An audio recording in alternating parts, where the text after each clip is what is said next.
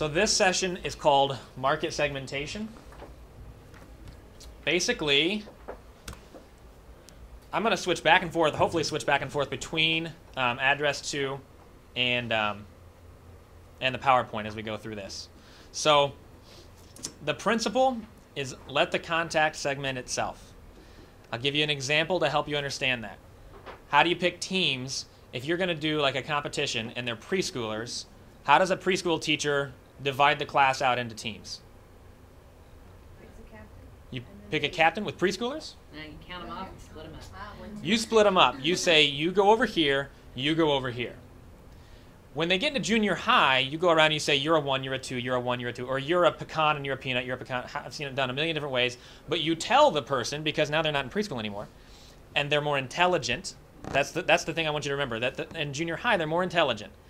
Let the contact segment itself. In AddressTwo, your contacts are more intelligent. Tell the contact what it is, and let it segment itself.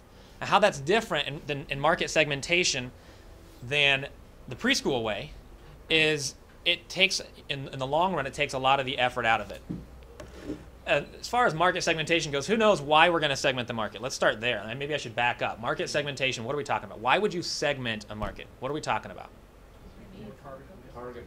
Targeted messaging, good. The most simple that we're going to talk about is, do you target your prospects different than your customers? I mean, I can't tell you how many companies will send the same email blasts, the same this, the same that to everyone. They just call it their database. This is my list.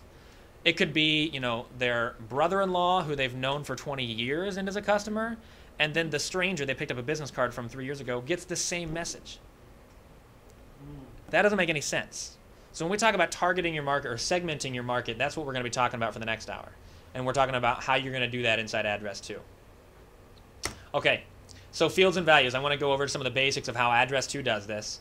Fields and values, just walk through. If you don't recognize this screenshot, this is from the right-hand side of the account view. Does anyone not know what I'm talking about? When you're looking at an account on the right-hand side, there's several different values, and I just want to run through these. Description, that is keyword values. So there you can type anything in there. I call it like freewheeling. You can just type anything you want to in the description. But the one thing I'll say about that is be consistent. Why? Why would you want to be consistent? So you can pull it later. I mean, what happens if I've got, you know, I meet Nick Shoemaker, who is here, and I say web dev in the description. And then the next day I'm adding a new contact that I've met, and I type in website development. Okay, you've got to be consistent, and that'll help you in the long run. Demographics are your SIC code, employees, and annual sales. You guys have all seen those over there. How many of you, by show of hands, how many of you use those? One person? Okay, that's good.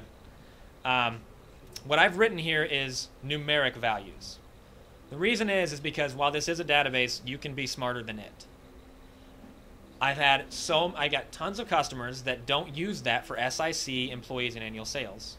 The only reason it's important to say numeric values is because of the operators, which I'll tell you about in a second. But you could use that for any numeric value you want to. Number of employees can become number of kids if you're doing business to consumer marketing. Number of people in the family. Number of locations. We've got an IT consultant. They don't care at all how many employees are there. They want to know how many desktops they're supporting. Change the field value.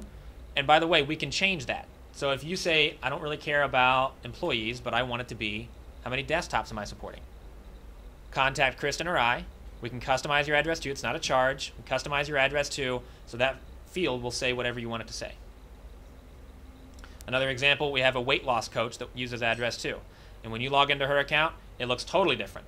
Hers are, I think, current weight, age, and then their target, how much they want to lose.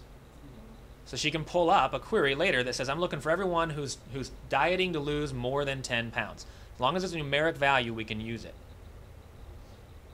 So we can modify those. So start thinking about what sort of numbers you want to track about a customer. All right.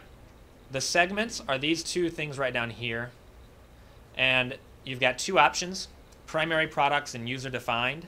User-defined means really whatever you want it to be. Here again, I can change these. If you don't want to call it products, that's the first thing I'll say.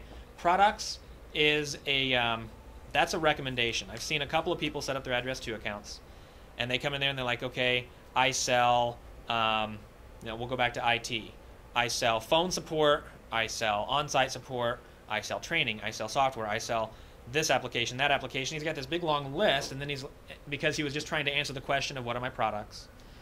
At the end of the day, it actually doesn't help him segment his market. Really what he should have been doing was thinking about using that field for industry. So this could be retail, point of sale, retail, credit card processing. I want my retail segments there. And then there's business to business. Then there's in-home, like maybe home-based businesses.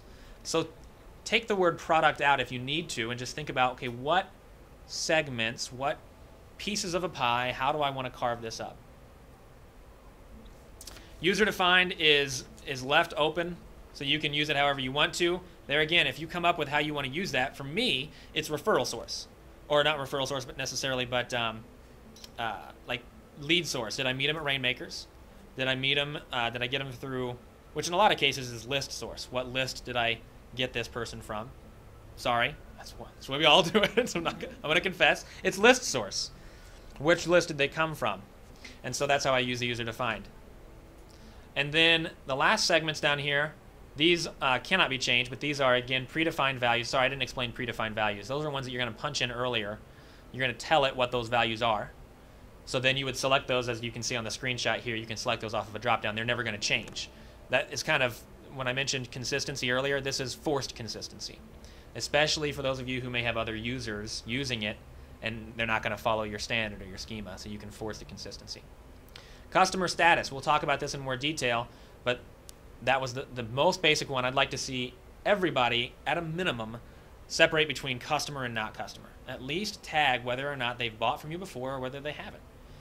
In my list, I primarily use customer, prospect, lead, and former customer. I go through and I'll tag people if they, once they bought once, they may go away. It's really embarrassing, by the way, to send out a message to everyone who was tagged as customer saying, thank you so much for your business, when 2 months ago, the guy dumped you. He dropped your services. He's not using you anymore. And he's like, well, you're welcome. But I don't buy from you anymore. So I've got a tag for former customer. Bill Corbin, if you look at the back of your agendas, there's a sponsor that's helped us out with this event, UN Communications. I need to give credit to Bill Corbin for this. He's a business owner in Carmel. And he's come up with something called the Client Path Marketing strategy, Client Path Marketing Methodology. It is trademarked, so I can't necessarily use it, but I can talk about it. It's really good. And his mindset is that everyone is on a path to becoming your client. And so his customer drop-down would look something like total stranger, warm contact, hot contact. Now they're a customer. Then he even has beyond that, he's got multiple or repeat customer and advocate, because there are those people who are your champions. It's even, should I say it's more embarrassing? It is also embarrassing to send an impersonal message to your advocate. You want to speak to your advocates differently, and I'm talking about the mass communication marketing that hopefully we'll be using AddressTwo for.